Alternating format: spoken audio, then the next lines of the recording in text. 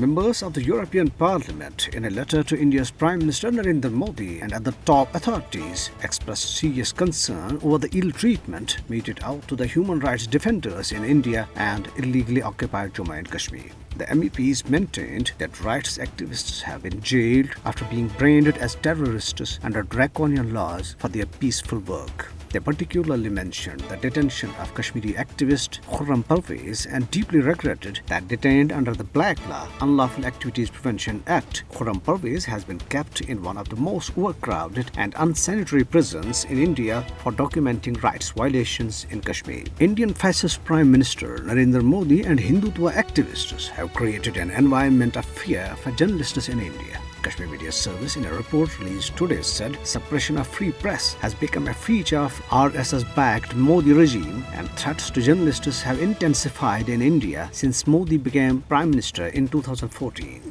The United Nations High Commissioner for Human Rights, Michelle Bachelet, in her annual report voiced concern over Hindutva attacks on religious minorities, including Muslims and Christians. She called upon the Indian leaders to publicly condemn the ever-increasing incitement to hatred.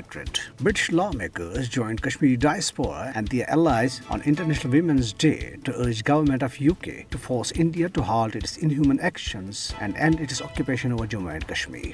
Several British lawmakers joined Tehreek-e-Kashmir UK at 10 Downing Street to submit a petition to Prime Minister Boris Johnson urging his government to speak about the human rights violations, including violation of women's rights in Indian illegally occupied Jammu and Kashmir.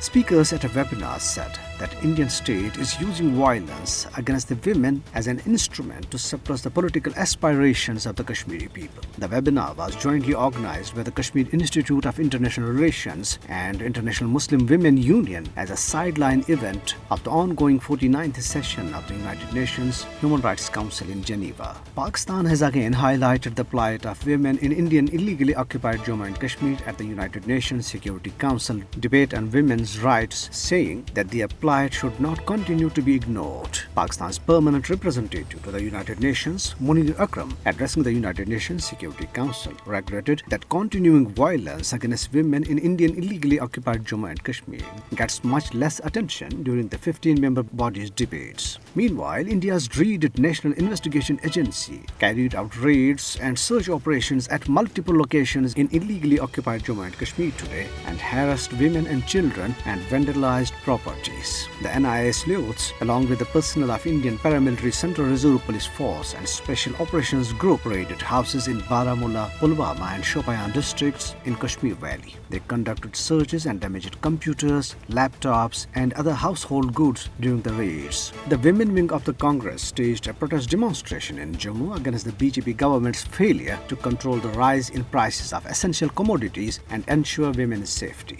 On the other hand, one person was killed and 15 others were injured in a mysterious blast at Slathia Chowk in Udhampur district today.